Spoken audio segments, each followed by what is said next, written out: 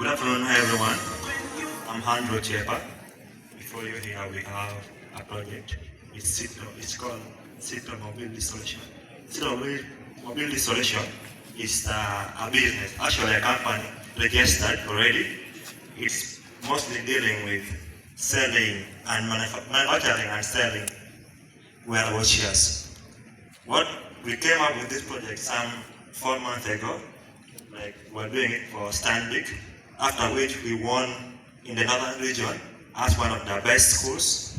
So we are waiting to go for the grand finale. So when we came back, they gave us some money to start the business. So we started a business called City Mobility Solution. So far, we have produced 13 wearable shares, making a revenue of 1.8 million in the last 1 month and a profit of 500,000. So basically, we're running Cito as a company official. My colleague will continue telling you about how it works, how it will help you, how it will help the community. Allow me to talk about our achievement as an innovation team of Lira Town College. Last year, we participated in that. NCC is basically in collaboration with UCC, Uganda Communication Commission. We produced an AI model that was translating lab language to English and to other languages. And last year we won in the whole country. We were the second best, the first runners-up in the country, and the best in Northern. So this year we went for Stanley, we were the best in Northern, and yesterday we presented for the NCC again in collaboration with UCC, of which our results are not yet back. But for yesterday we had Malaria Vision DX. Malaria Vision DX is basically an AI system that helps in diagnosing malaria in less than 30 seconds. So basically, you don't have to go to the nurse and take an hour waiting for your results. We have a system already at school here which does that in 10 seconds. So basically, allow me to take the mic to Mike, run you through the Cito, and I will come back and talk about the Malaria Vision DX. Thank you. Good afternoon, everyone. I'm Ogura Craig Helmond. So basically, when you came back from the Stanbic National Schools Championship, that boot camp took something like 5 days. Then from there, they educated us about entrepreneurship. They told us that, of course, you can start a business, but for you to start up a business, you need to solve a problem in the community. So that's where we got the inspiration. We had a project of making wearable chairs. So this is our final product. But then, when we went for the boot camp, we had a prototype. It was made out of iron, just locally welded. But this one is made out of aluminum. Now, the beauty of all this is when it comes to a school project, it's majorly the students who are working on this. Technically, when you look at this, I designed this. We have all the drawings, the calculations. If you look at this, this was made out of aluminum.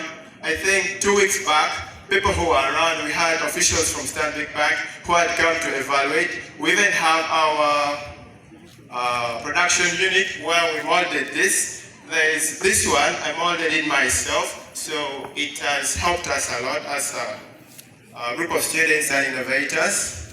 Then the project, we had to first of all come up with a problem in the society. So our problem statement was that in our community we have especially workers, we have security guards, people work in factories and tourists who most especially experience a lot of back pain, fatigue, stress and headache.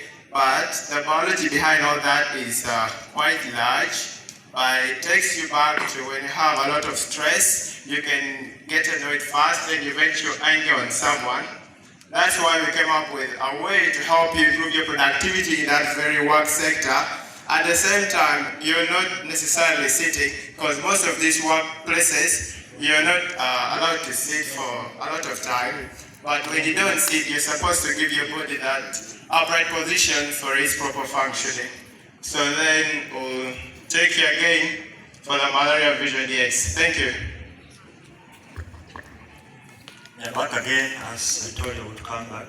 I'll take you through the Malaria Vision DX. The Malaria Vision DX is a way of diagnosing malaria in less than 10 seconds. Okay, not more than a minute. Yeah. Our model, we developed an AI model that after taking the blood smear, like how they do it in the hospital, you take it in your microscope.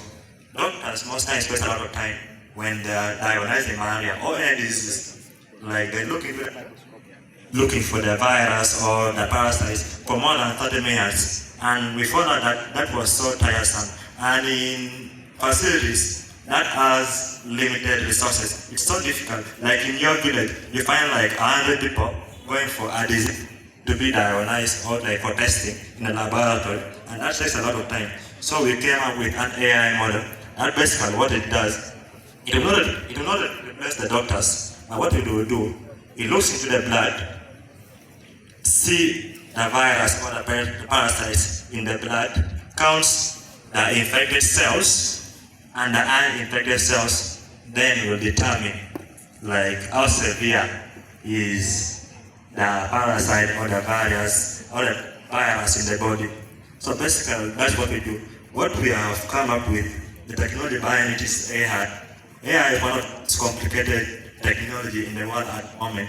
One would wonder like how secondary students coming with such projects of artificial intelligence. Basically, among us here, some of us have been enrolled in university courses of artificial intelligence. I personally did prompt engineering, of which it deals with commanding artificial intelligence machines. So basically we have some knowledge, some advanced knowledge about these things. So our project basically helps in detecting malaria, not just malaria, also sickle cell. If you have sickle cell, you don't have to go to a hospital. Just take your blood, come and put it here. It uses a camera. Let's take you through how it works. Doctors take blood smears. With to conclude you have some infections in your blood. But what it does, instead of doctors is for more than 10 minutes, you put the blood here, zoom it, after zooming it, a camera will be mounted here. Then you can basically look at that from your computer. You don't have to be looking at it. Just mount your camera, then look it from your phone. Whatever virus is in the blood, you'll be looking at it from your phone. And basically the AI will read, the model will count all the cells infected and will tell you what to do next. So basically this is done in less than 10 seconds. Thank you. That's basically what our project is about. Also we want to thank, before we conclude, you will conclude, but we want to thank our aid for the support he has given us. Last year, we were developing an AI model. It needed about 20 million to come up with. The school did for us to make us come with an AI model, of which we succeeded with it last year. And this year, we have been called by UCC. We haven't told him about it. We have been called by UCC to present a research paper, of which, if we qualify, Town College will produce the youngest researchers in East Africa and the youngest AI researchers in Africa. For the first, if we qualify, of which we have been allowed to go and present, we are going on September 23rd, of which that's a big advantage in Town College.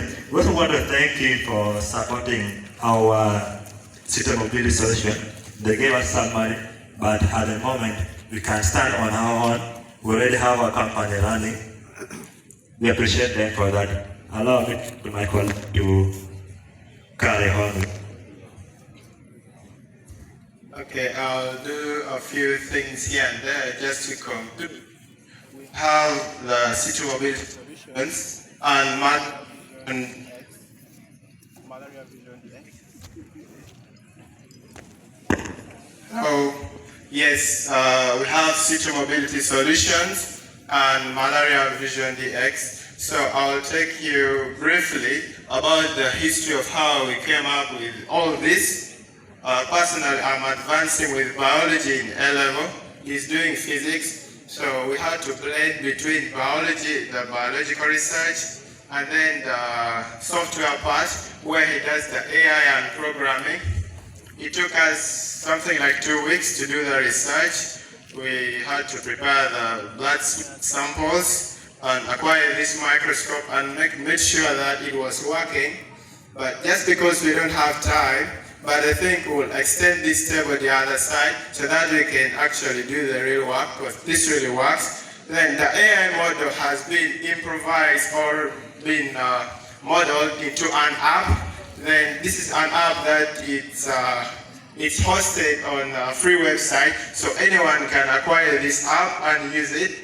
Then when it talks about the complexity, we did a lot of research in this. We understood that doctors needed to physically count the infected cells in someone's blood, where you need to get an average within 10 to 30 minutes, which becomes something which is very stressful. Biology students can actually testify how hard it is for you to use a microscope. And when you have to identify and count cells and get the average, it's something very complicated. That's why we'll solve that problem with a device that you just blend in one phone. You don't even need to have mobile data. Then in the next 10 seconds, you know your status of malaria. This can help us to reduce the mortality rate within the country. That's majorly affecting, I could say, the children below 5 years and pregnant women who fall victims because or due to late treatment. In most cases, our hospitals are always crowded. Then the technical workers also get exhausted. Trust me, this thing is very hard to use, especially when you have to count cells and get the average, and then you do it for like 100 people. But this, within a short time, you can do it for 100 people, and you're not even tired. So that's the beauty of our work. It's just a word of appreciation to our dear head teacher. It has been a long journey to get us here. And during our research, we consulted from a few biology teachers. I actually do appreciate Mr. Boniface Chen. He really inspired us during the work, because most especially in a school society like this, people think that when you're dealing with a project, you're trying to escape or relax from academic work. But Teacher Boniface told us that when you have a passion and a vision to do something, you need to step up and actually get to it. So from his experience, we went to the chemistry lab. We needed a chemical that even the government can't buy. That's what we eventually learned. But then we improvised for certain chemicals to help us attain the blood smear samples. So we'll extend this step to the other side, then we'll do the testing. People can come and prove the app is working, even the microscope is working. It's still new. That's the word of appreciation. Yes, so I'll take you. This is a Cito. It's a wearable chair. It has straps. So these straps, you just unbuckle them. You strap it around your waist. Then there's the two below.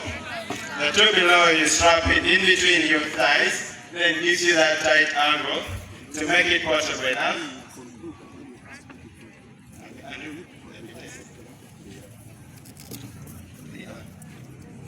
So basically, it's a wearable chair. It's a wearable chair. You can put on it and move anywhere you want. You can put on it and move anywhere you want. It's one of our target customers, or majorly the tourists, who spend, I could say when you go for a hike, you spend maybe the whole day because you want to tour a place, but when you get tired, you feel exhausted, but you want to rest. You wouldn't wish for someone or an investor to lean against a tree or you eventually fall down. That's not something ethical. So the tourism sector becomes one of our most valued target customers, who we think are the most people who are liable of buying this. It's a wearable chair. You put it on, then you can move with it. It's designed for tight, small spaces within even a work area. This works for a factory worker where you basically don't have spaces to put a random chair. You can't put your sofa there, but then you have to work. Now, when you look at the stands were made. We had to measure, do the calculations, get the angles. This is, I could say, for us to come up with this, we first consulted from a group of friends from UTC doing mechanical engineering, but even they themselves expressed that it was difficult. But that wasn't a milestone for us. We did whatever it took for us to come up with this, and that's some of the challenges we faced, because it's not easy to make this. People criticize, but eventually we had to come up with this. So this we made it on our own. So its efficiency is that it's supposed to improve your productivity during work. You get that angle of 60, I could say 70 degrees, the angle between your knee and your thigh. So then it keeps your upper body on top so that you can continue with your work. If you are sitting and you are working in a, let's say, a bottling company, you can still move the bottles, you can still do the packing, you can still do the branding. So at the same time, you're protecting yourself while enjoying the work that you do. So these are the products that City Mobility Solutions actually makes. From Stanbic Bank, we had the incentive to create a company. So in our company, we had to recruit members, distribute roles, and then basically we learned a lot of skills where we are. Then as a company, the company needed to choose its head, where I became the CEO of the company. In an unofficial gathering like this, then I have to represent the company itself. So that's our wearable chair. So we'll do more demonstrations behind there because we have to keep time. Guys, thank you so much. You can come and witness how we're testing malaria in just 10 seconds using AI and an app that's fully functioning. Ladies and gentlemen, thank you so much. Right.